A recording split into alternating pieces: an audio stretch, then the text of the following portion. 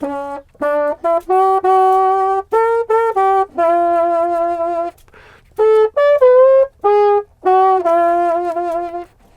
yılından beri kirada yaşadım ben. Güzeldi yani, sıkılıyordum mesela bu evden, başka eve geçiyordum, o evden oraya geçiyordum. Memnundum, hayatım güzeldi. Sonra işte bu hani ya karavan şeysi vardı kafamda, hep istiyordum. Hani olsun bir yıl falan bir kalırım, sonra tekrar kiraya geçerim diyordum.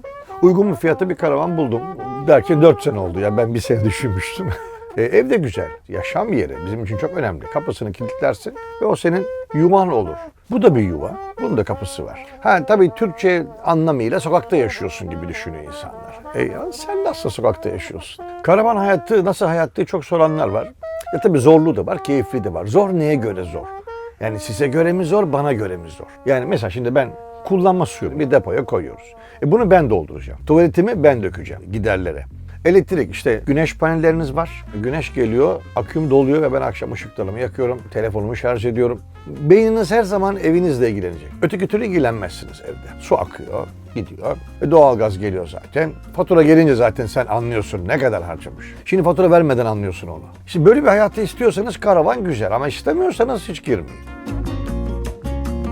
Karavan aslında kelime anlamıyla kervandan gelir. Arabistan'da develeriyle göç eden bedevilerden gelir.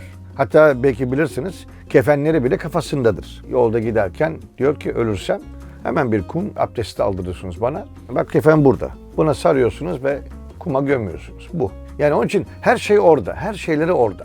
Ben yaşamımı burada sürdürüyorum ve bana yetiyor mu? Yetiyor. Eksiğim var mı? Hayır. Bitmiştir. Şimdi bunu tek başıma paylaştığım zaman sıkılıyorum. Ev de aynıdır aslında. Düşünsenize 1 milyon dolarlık evdesiniz ve kimse gelmiyor misafirliğe. Ama karavana gelen çok oluyor. Çünkü herkes evinden dışarı çıkmak istiyor. Bir de her şey bir arada. Uzağa gitmiyorum. Mutlu muyum? Mutluyum. Almak istedim yani, eskiydi, masrafı çoktu biliyorum. Bir de hayalindi. Aslında herkesin küçük bir hayali var. Ama geç kalmayın, yapın bunları. Bir yıl sonra yaparım, onu yaparım. Benim de param yoktu. İşte yeğenim küçük bir kredi çıkarttı olabildiğince. Benim cebimde biraz bir şey vardı.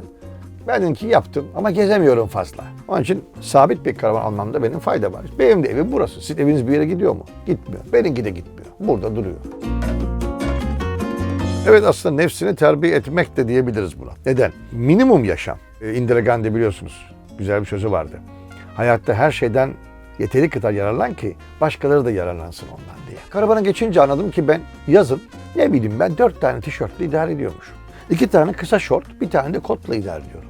Bunları ilerliyorsunuz. Bunları zaten bir çantaya koyabilirsiniz. Su, mesela su çok önemli. Tasarrufsuzca harcayarak başkasının da hayatındaki suyu alıyorsunuz. Otelde ne diyoruz? Ya para verdim harcarım. Aksın su. Evde ya maaş aldık ya. Bu ayda akıtalım ya. Öyleyizdir. Şunu öğrendim. Duştan sıcak su gelinceye kadar bir su akar. Önce soğuk normal gelir. Sonra sıcağa dönüşür. O su gitti. O su ne kadar biliyor musunuz? 6 litre. Bayağı su yani. Banyoda 11 litre su kullanıyorum. Diyeceksiniz ki sen yıkamıyorsun. Çok dediler arkadaşlar. Bir gün gir dedim dene. Benim yaptığım yapacaksın ama. Eski stili yapacaksınız. Önce başınızı yıkarsınız. Sonra başınızda inen su zaten vücudunuzu ıslattığı için bir tane lif tarzı şeyler var. Bütün vücudunuzu sabunladınız. Tekrar duşu atın. Yıkandınız zaten, bitti. Tabii hesapsızca yaşayanlar duşu açık tutar. O orada dökülür. Ben burada yıkanırım, ona bakarım. Şampuan hangisiymiş ya, bu muydu, bunu mu alsam acaba? Su akıyor hala. Aslında giden suyu biz biliyorsunuz ödüyoruz. Yani gelen su değildir o, giden sudur. Harcadığın su giden sudur. Giden suyu da işte boş boşuna gitmiş oluyor. Size hayallerinizle ilgili bir şey izni pek verilmez sistemde. Sistem deyince anlıyorsunuz ne olduğunu. İlk karavan aldım, bir işlemim vardı. Bu işlem sırasında belediyeye gittim. Dediler ki adresiniz, adresim yok, karavandayım dedim. Olmaz dedim. Nasıl, ne yapacağız dedim. Yani bize adres göstermeniz lazım. Tekne olsa sorun yok dedi. Karavan olsa evet olmuyor. Niye dedim? Tekerlekleri var.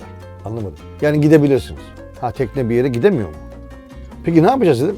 Bakın beyefendi dedi. Bir vatandaş olmak için ya kiracı olacaksınız ya mal sahibi. Evde oturmayan benim vatandaşım sayılmıyormuş. O zaman dedim ben gideyim. Ama biz sizi tanıyoruz bir yerden dedim. Ben televizyonda evet oyuncuyum dedim. Tabii ben deminden beri konuşuyorum siz dedi. Ya tabii isim Taylan. Taylan Bey falan filan bilmem.